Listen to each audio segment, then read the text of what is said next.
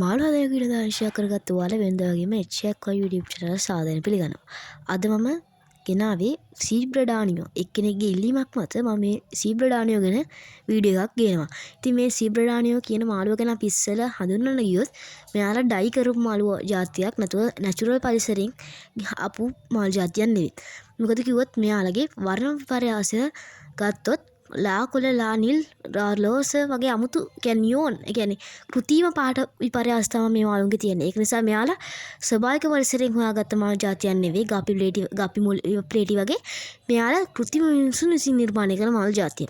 ඉතින් අපි මේ සීබ්‍රඩානියෝස් කියන කතා කරන්න ගියොත් මෙයාලා නිකන් ක්‍රියාශීලී නිකන් හරිම ටැංකිය මේ අත ඉක්මනින්ම යන ක්‍රියාශීලී මාළු జాතියක්. ඉතින් ඔයාලා මේ වගේ සීබ්‍රඩානියෝස් මාළු හදන්න පුළුවන් නම් ඔයාගේ ටැංකිය කමියුනිටි එකක් වශයෙන් සීබ්‍රඩානියෝ හදන්න හැකියාව තියෙනවා නම් ඔයාගේ ටැංකිය ගොඩක් අලංකාරාත්මක තියාගන්න හැකියාව තියෙනවා.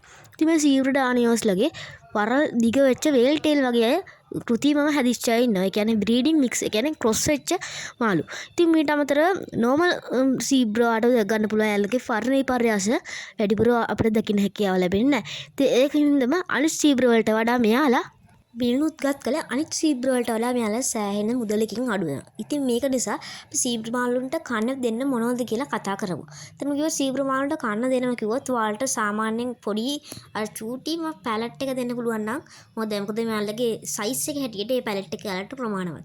ඉතින් මේ වගේ සීබ්‍රලා හදනකොට මේ සීබ්‍රලා කමියුනිටි එකක් වශයෙන් හදන්න හැකියාව තියෙනවා. කොටා ගන්නේ මරා ගන්න කිසිම හේතුවක් මේ සීබ්‍ර මාළු කරගන්නේ නැහැ. ඉතින් ඒක නිසා මෙයාලත් එක්ක හදන්න පුළුවන් තා මාළු ඉන්නවා. ඔයාට ඕන නම් ප්ලේටි වර්ග ඊට අමතරව ගප්පි ප්ලේටි මොලි සෝට්ටේල් ඕනම මාළු జాතියත් එක්ක මෙයාලා හදන්න හැකියාව තියෙනවා. ඒත් මොස්ට් ඇතුළු මාළු ටික මෙයාලා හදන්න බෑ. ඉතින් මම කියපු මේ මාළු జాති ගැනත් මම කෙයරින් වීඩියෝස් කරලා තියෙනවා. ඉතින් ඔයාලටත් බලන්න හැකියාව තියෙනවා. ඉතින් මේ සීබ්‍රඩානියෝස් අනිවසක අලංකාරයගෙන දෙනවත් වගේම වාසනාවගෙන දෙනවා කියලත් පොඩි කතාවක් තියෙනවා. ඉතින් ඒක ඔයාලා දන්නේ නැතුව ඉතින් බොහෝ දුරට මොකද අරවානාලා වගේ මාළු జాතියක්ම තමයි මෙයාලත් වාසනාව ගෙනල්ලා දෙනවා. ඉතින් ඊට අමතරව ගත්තොත් අපි මේ මාළුන්ගේ වර්ධන සීමාව ගත්තොත් උපරිම අඟලක් වගේ ප්‍රමාණයක් වර්ධනය වෙන මාළු జాතියක්. ඉතින් ඔයාලට ලොකු වලට වර්ධනය නැති මාළු జాතියක් ගන්න ඕන නම් මේ සීබ්‍ර මාළු జాතිය හදන්න හැකියාව තියෙනවා. ඉතින් සීබ්‍ර ගැන මට ලොකු දෙයක් කතා කරන්න යන්නේ මොකද මෙයාලා බිත්තර වගේ පැටව දාන මාළු జాතියක්. මෙයාලා බිත්තර දාන්නේ ඉතා කුඩා බිත්තර මෙයාලගේ බිත්තර මෙයාලව කන නිසා ගොඩක් වෙලාවට මෙයාලා බ්‍රීඩින් කරනකොට වෙනම දැලක් හො දාලා තමයි මෙයාලා බ්‍රීඩ් කරන්නේ. ඉතින් මම බ්‍රීඩින් වීඩියෝ එකක් ඉස්සරහට ගේන්නම්. ඉතින් මම ෆයිටර් බ්‍රීඩින් එකකුත් ඉස්සරහට ගේන්නවා.